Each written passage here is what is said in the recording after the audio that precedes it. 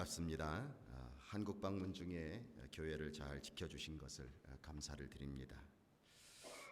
여러 곳에서 설교를 해야 하고 또 사람들을 만나고 하는 바쁜 일정 가운데서도 아버지의 사랑을 많이 경험할 수 있는 시간들이었습니다.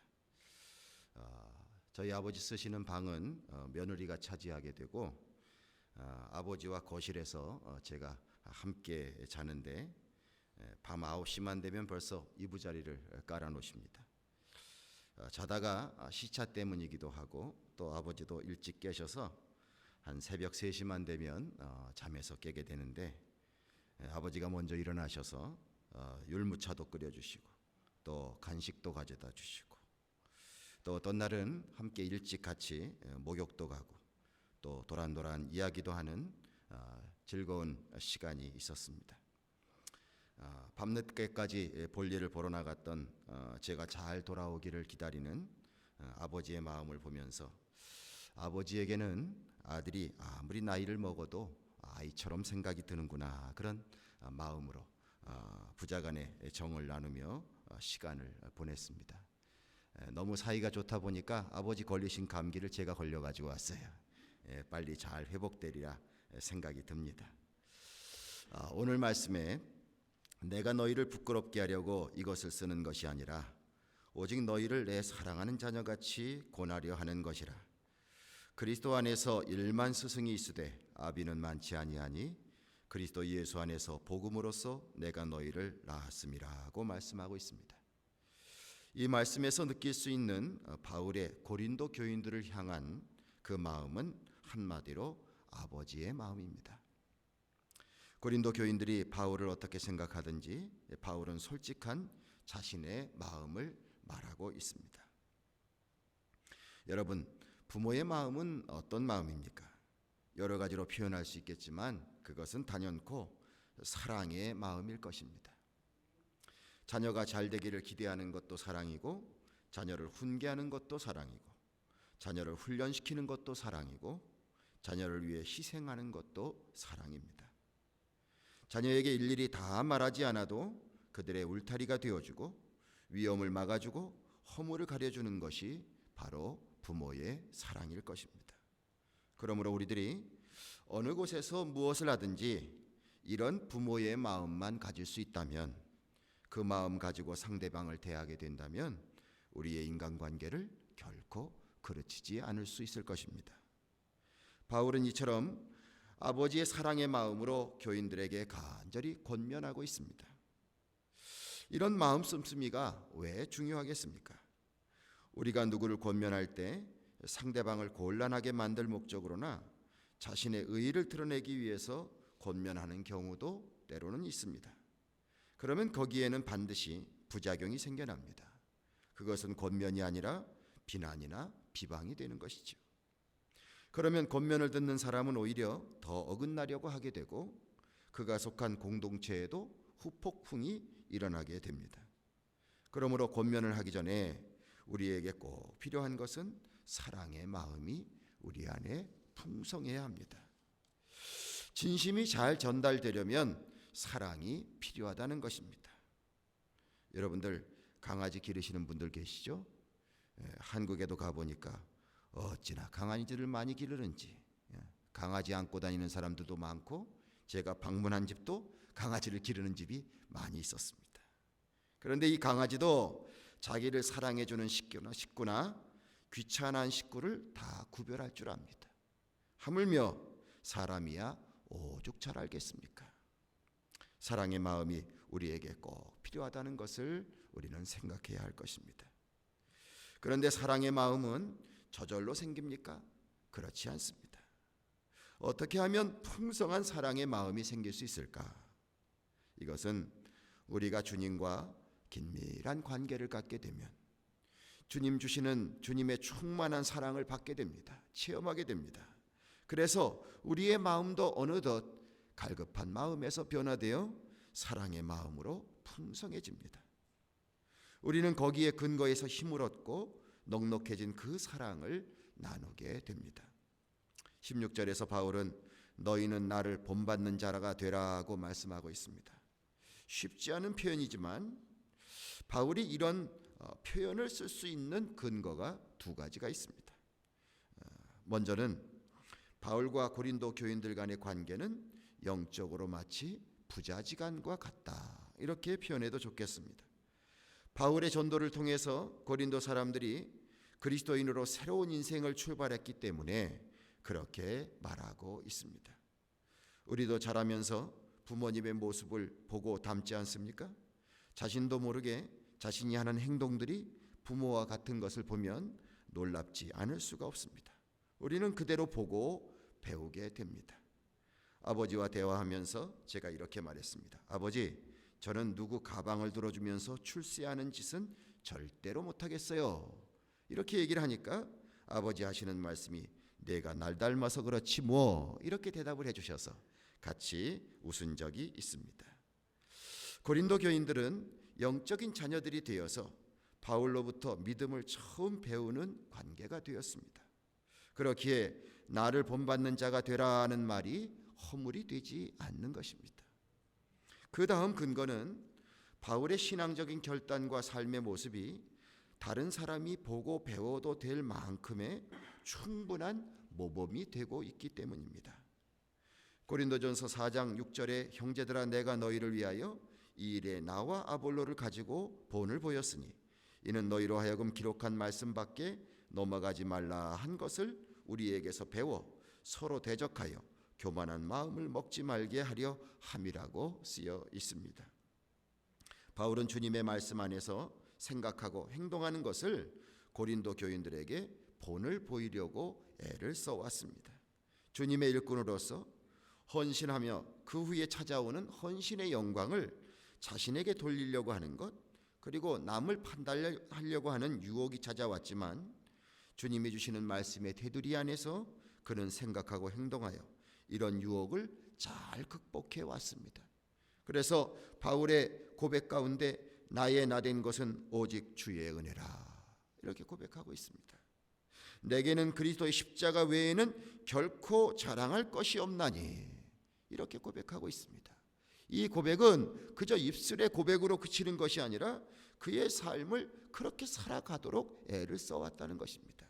그러기에 많은 사람들에게 본을 보이는 인생을 살아왔다는 것을 의미합니다. 권면하는 자가 스스로 본을 보이지 않으면서 남을 권면한다면 권면의 힘을 잃을 것인데, 바울은 철저히 말씀대로 살려고 애쓰고 또한 그 사랑으로 권면을 하고 있습니다. 그러기에 나를 본받는 자가 되라고 하는 이 말이 그에게 문제가 되지를 않는 것입니다. 성도 여러분, 우리도 때로는 남을 권면할 때가 있습니다. 그러나 내 속에 마치 아버지 어머니와 같은 사랑의 마음이 있는지, 그리고 나는 주님 주신 말씀을 내가 말로서만이 아니라 진정으로 말씀대로 살고 있는지, 우리는 우리 자신들을 늘 두려운 마음으로 돌아보고 살아가야 될 것입니다.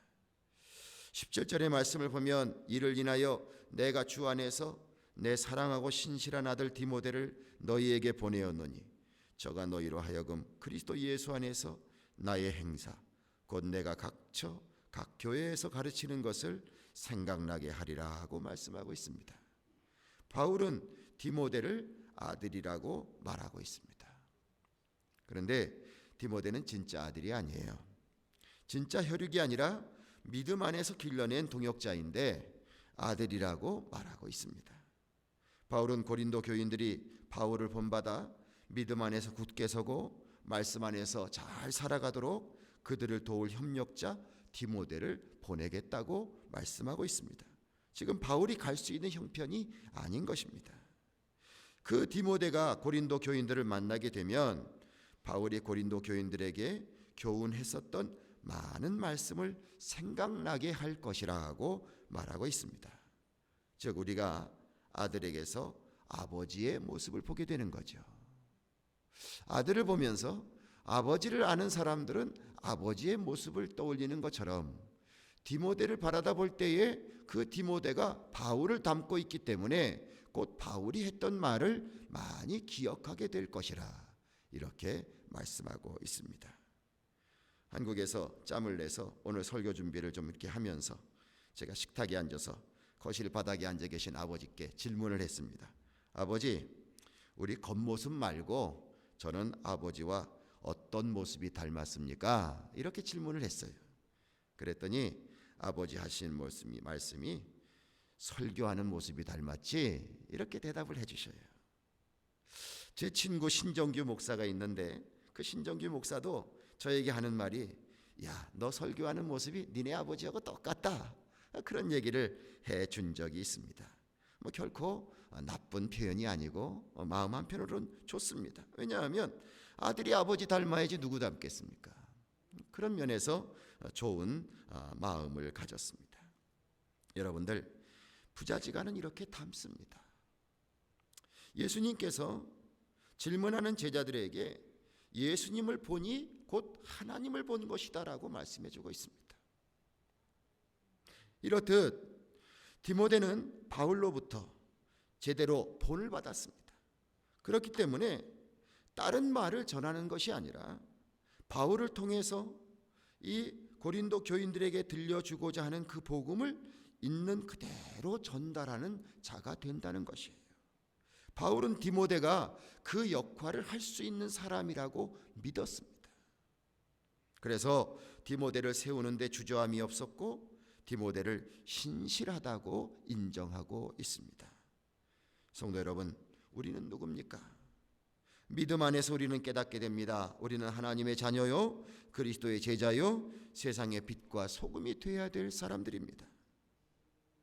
우리의 모습에도 바울에게 인정받아서 디모데가 비록 간다고 할지라도 그 디모데를 통하여서 바울이 전하는 하나님의 복음이 그대로 전달될 것이라 이렇게 말했던 것처럼 우리 안에도 이러한 신실함이 들어있어야 될 줄로 믿습니다. 하나님 전하고자 하시는 그 말씀을 세상에 과감 없이 전할 수 있는 그런 신실한 사람들이 되자 하는 것입니다. 들은 말을 그대로 전하는 것이 무엇이 어려우냐라고 말할 수 있을 것입니다. 그러나 어떻습니까? 대부분의 말은 보태지거나 왜곡되거나 편집되는 일이 거의 대부분이지 않습니까? 그래서 소문이 생기게 되고 그 소문이 문제가 되고 결국은 공동체가 어려움에 빠지게 되는 경우가 많이 있습니다. 그러기에 들은 말을 그대로 전달한다고 하는 것은 결코 쉬운 것이 아닙니다. 내 속에 사심이 없어야, 나를 자랑하거나 또한 이기주의가 없어야 그 말씀이 그대로 전달이 됩니다. 주인이 시킨 대로 하는 5달란트와 2달란트 맡은 자의 신실함, 이 신실함이 우리에게도 꼭 필요한 것이죠. 1달란트 맡은 사람도 고생을 안 한 것이 아닙니다. 수고를 안 한 것이 아닙니다. 그도 그 나름대로 받은 1달란트를 지키기 위해서 노력을 했습니다. 그러나 그에게 있었던 것은 무엇이 문제입니까? 주인의 뜻에 순복하지 않고 있다는 것이에요. 혹시 장사를 해서 까먹더라도 그 다음은 주인이 판단하실 것이지 자기가 왜 거기까지 생각을 합니까? 그저 너 열심히 장사해라 하면 최선을 다해서 열심히 장사하면 되는 것이죠. 사업하시는 분들 많으시지만 자, 사업하다 보면 소위 대박을 칠 때도 있고 쫄딱 망할 때도 있지 않습니까? 그렇습니다. 그러나 중요한 것은 주인이 시킨 대로 하는 것이지요. 이것이 바로 무엇이냐면 신실함입니다.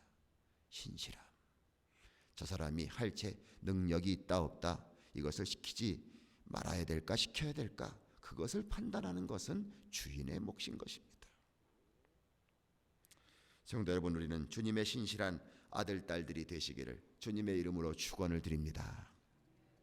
바울이 디모데를 믿고 맡겨서 보냈던 것처럼 주님이 믿고 맡겨주어도 되는 그런 자들이 되자는 거죠.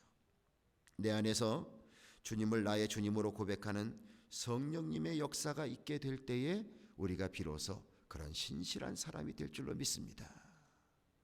주님이 나의 주님을 여러분들 믿으십니까? 이것이 입술의 고백뿐만이 아니라 마음의 고백이 되시길 간절히 바랍니다. 마음의 고백이 되려면 성령께서 우리를 만들어 주셔야 돼요. 성령이 내 안에 오셔서 예수님이 어떤 분인지 알려주시고 그 예수님이 나의 진정한 주님이 되어주신 것을 삶 속에 순간순간 고백할 수 있도록 성령께서 도와주셔야 됩니다.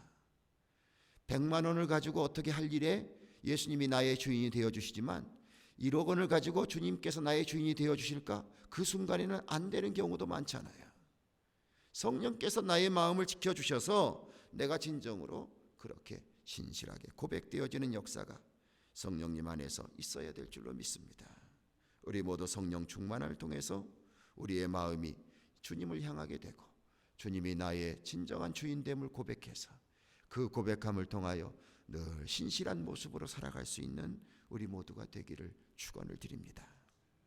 18절 말씀을 보면 어떤 이들은 내가 너희에게 나가지 아니할 것 같이 스스로 교만하여졌으나 그러나 주께서 허락하시면 내가 너희에게 속히 나가서 교만한 자의 말을 알아볼 것이 아니라 오직 그 능력을 알아보겠노니 하나님의 나라는 말에 있지 아니하고 오직 능력에 있음이라 하고 말씀하고 있습니다. 자, 한번 따라 하시길 바랍니다. 하나님의 나라는 말에 있지 아니하고 오직 능력에 있음이니라. 할렐루야. 이 말씀을 믿는 자들이 복된 줄로 믿습니다. 고린도 교회의 가장 큰 문제는 교만입니다. 교만이 분파를 일으키게 됩니다. 바울과 아볼로가 최선을 다해서 주의 복음을 신실하게 전달했습니다. 그럼에도 불구하고 그들 중에는 분파를 조장하는 자들이 있었습니다. 그리고 그 조장하는 사람들을 추종하는 무리들이 있었습니다. 세상적으로는 이런 모습이 다반사일지 모릅니다. 그러나 주님을 모신 교회에서는 절대로 일어나서는 안 될 일입니다. 왜냐하면 오직 교회에서의 머리는 그리스도 한 분이기 때문입니다. 그리스도를 머리로 모시고 일사불란하게 움직여져야 하나님의 사명을 감당하는 교회가 되는 것입니다. 교회를 다니면서도 그리스도가 머리 되는 것을 인정하지 아니하고 자신이 머리가 되기를 원한다면 그 사람은 어떤 사람이든지 하나님께 크게 책망받습니다. 18절에서 고린도 교인들의 모습을 묘사했는데 조금 표현하게 표현하면 이제는 바울의 영적인 지도가 아무 필요가 없는 것처럼 교만하게 굴었다 하는 거예요. 이것은 마치 자녀들이 이제 좀 커서 사춘기를 지나고 자기 앞가름을 하기 시작하면 자기가 그저 자기 힘으로 큰 것처럼 행동하는 모습과 똑같습니다. 그리고 부모 알기를 우습게 여기는 모습을 보이는 것과 똑같은 것입니다. 이민 가정에서 흔히 겪는 일들 것입니다. 부모는 이민 1세로서 완벽하지 않은 영어를 하면서도 모든 것을 참으면서도 자식을 먹여 살리려고 고생합니다. 여러분들 나름대로 얼마나 고군분투하시면서 지금까지 살아오셨습니다.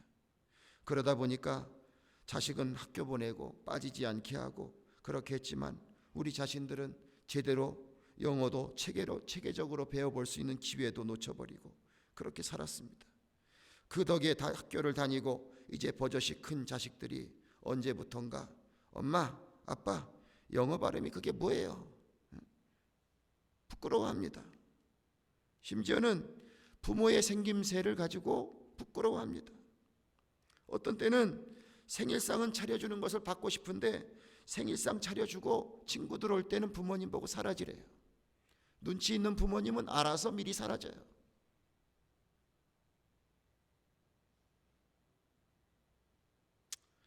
우리가 이러한 상황 속에서 우리들의 마음이 얼마나 속상할 수 있습니까? 저가 혼자 큰 줄로 알아, 이 못된 녀석. 그런 탄식이 나오고 또 그러면서 그동안 내가 부모님에게 잘못했던 것이 생각나면서 눈물 지을 때도 사실 있었을 것입니다. 그러나 자식을 미워할 수는 없죠. 왜냐하면 자식이니까 미워할 수는 없는 거죠. 바울은 19절에서 주님이 허락하시면 고린도에 가서 그들 중에 교만함으로 신앙생활하는 자들의 능력을 알아볼 것이라 이렇게 단호히 말합니다. 그들이 정말 잘났다면 그 삶 속에 행실로 믿음 있는 행동을 실천하며 살아야 올바른 사람일 텐데 과연 너희들이 우리가 필요 없다고 말할 정도로 그렇게 삶 속에서 정말 신실한 믿음의 사람으로 살아가고 있는지 그것을 보고자 한다. 이렇게 말하고 있습니다. 말만 번지르르게 하고 실천은 하지 않고 삶 속에서 믿음의 삶을 실천하지 않는다면 그것은 가짜이기 때문입니다. 그래서 20절에 다음과 같이 선언하고 있습니다. 하나님의 나라는 말에 있지 아니하고 오직 능력에 있느니라. 여러분들, 누가 믿음 좋다? 그분은 참 믿음이 좋아. 이걸 우리가 어떻게 할 수 있습니까? 사실 믿음이 좋고 안 좋고는 평상시에 그 사람이 어떤 경건의 모습을 갖는 것에 있는 것이 아니라 나의 삶에 중요한 결정을 내려야 할 때 내가 과연 믿음의 결정을 내리고 있는가? 거기에서 판가름 나게 되어 있습니다. 아무리 떠벌리고 아무리 믿음 좋은 사람 같았어도 나의 삶의 인생의 결정을 내려야 할 중요한 순간순간에 믿음을 가진 사람다운 그 선택을 하지 못한다면 그 사람의 믿음은 결국 거기에 불과한 것입니다. 진정한 그리스도인이라면 그 삶에 반드시 변화의 능력이 있게 마련입니다. 그리스도인의 모임, 도모하는 일, 추구하는 계획, 모든 것이 뭐가 달라도 다른 것입니다. 주님을 믿고 사는 사람인데 어떻게 세상 사람과 똑같을 수 있습니까? 달라야죠.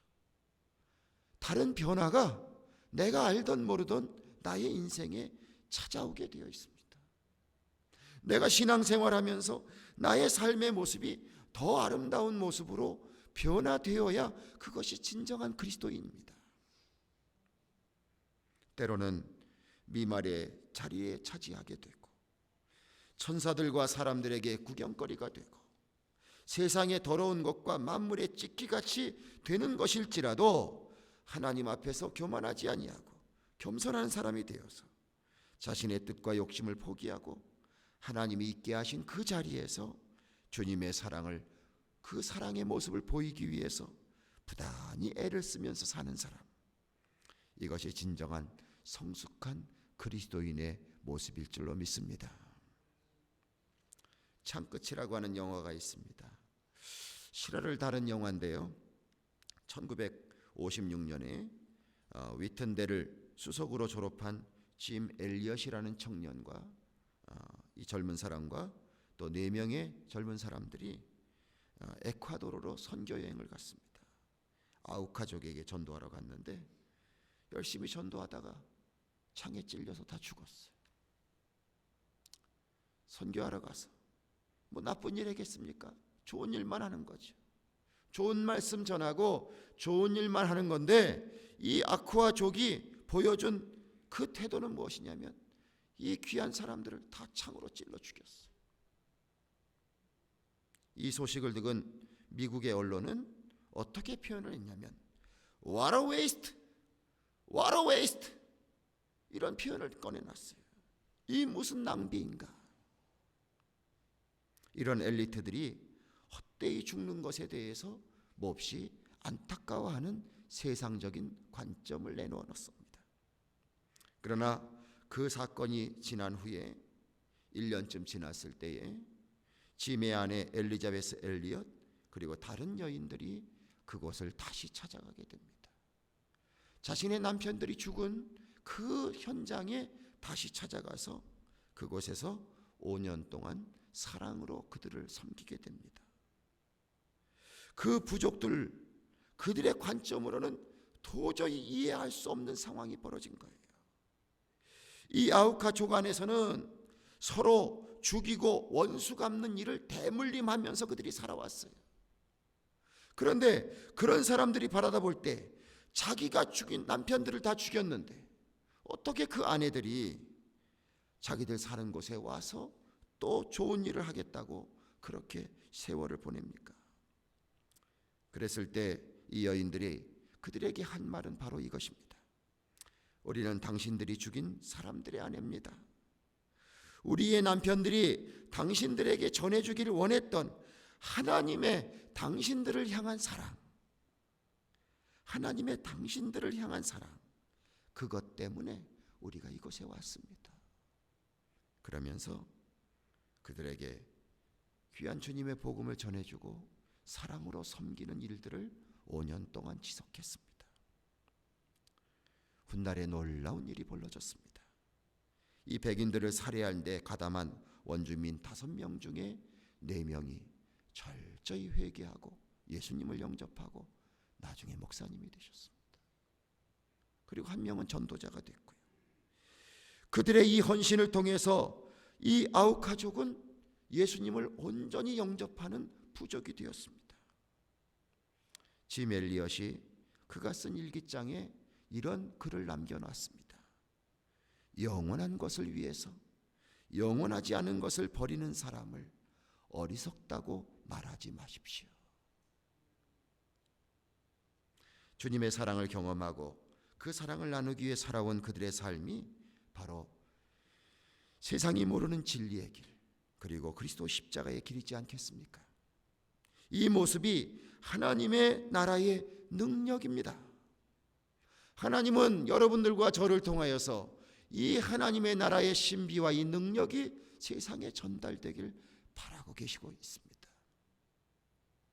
바울은 고린도 교인들이 문제를 극복하고 이런 능력 있는 바른 신앙생활을 위해서 아버지 된 심정으로 고린도 교인들에게 필요한 것이 무엇이냐고 묻고 있습니다. 21절에 너희가 무엇을 원하느냐? 내가 매를 가지고 너희에게 나아가랴? 사랑과 온유한 마음으로 나아가랴? 매를 치는 것도 사랑과 온유의 마음을 베푸는 것도 받는 자들이 성숙한 마음으로 받아들이면 모든 것이 유익해집니다. 그러나 그것을 깨닫지 못한다면 소용이 없는 것이지요. 주님 앞에서 우리는 언제나 주님이 채찍을 주실 때에도 사랑의 손길을 주실 때에도 이 모든 것을 이해하고 받아들이는 저와 여러분들이 되기를 바랍니다. 그뿐 아니라 우리 모두도 바울의 마음처럼 부모의 마음으로 나보다 영적으로 어린 사람들을 사랑으로 잘 품어낼 수 있기를 바랍니다. 교회 안에서는 영적인 지도자들을 잘 선대하십시오. 세상에서는 영적인 부모가 되어서 사랑으로 그들을 섬겨주고 돌봐주고 권면하는 우리 모두가 되길 바랍니다. 하나님의 마음은 부모님의 마음입니다. 그 부모님의 마음이 우리들에게 전달되고 있습니다. 이 부모님의 마음이 우리의 마음속에 가득 차게 될 때 우리에게 주어져 있는 귀한 사명 잘 감당할 수 있게 되고, 여러분들 인간관계 때문에 삐걱삐걱거리고 또 그것을 통하여서 마음 아파하고 괴로워한다고 할지라도 우리에게 주시는 하나님의 귀한 바램과 사명은 우리를 통하여 전혀 여과 없이 전혀 변질되지 아니하고 하나님 주시는 그 복음이 잘 전달되길 바라고 계십니다. 이 사명 감당하려면 부모의 마음을 가져야 합니다. 성령께서 함께 해주셔서 우리가 모두 이런 마음을 가지고 더욱더 귀한 사명 잘 감당해 나갈 수 있는 저와 여러분들이 되시기를 주님의 이름으로 축원을 드립니다. 기도하겠습니다. 아버지 하나님, 때로는 내가 잘난 것 같지만 내가 지금까지 여기까지 온 것은 우리를 낳으시고 기르신 부모님의 사랑 때문인 줄로 합니다. 또한 우리의 영의 아버지 되시는 하나님의 사랑과 인도하심이 우리에게 넘치도록 있었기에 우리가 지금 이만까지 살아올 수 있게 되었음을 믿습니다. 주여, 우리들에게도 부모의 마음을 허락하여 주시옵소서. 육신적으로 내 자식을 사랑하는 것 이상으로 하나님이 허락하신 삶의 터전에서 진정한 영적으로 성숙한 부모의 마음이 우리에게 가득 찰 수 있도록 주여 도와주시옵소서. 그러므로 말미암아서 하나님이 주시는 그 귀한 사명을 조금도 여과 없이 전달할 수 있는 저희들 되게 하여 주시고, 우리의 이 믿음의 삶이 진정한 경건의 능력으로 변화될 수 있도록 주여 우리들을 변화시켜 주시길 원합니다. 하나님, 주님을 사모합니다. 성령님을 사모합니다.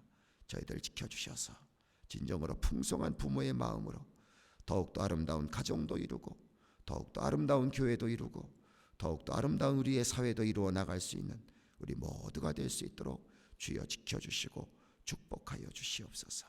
우리 주 예수 그리스도의 이름을 받들어 간절히 축복하며 기도하옵나이다. 아멘.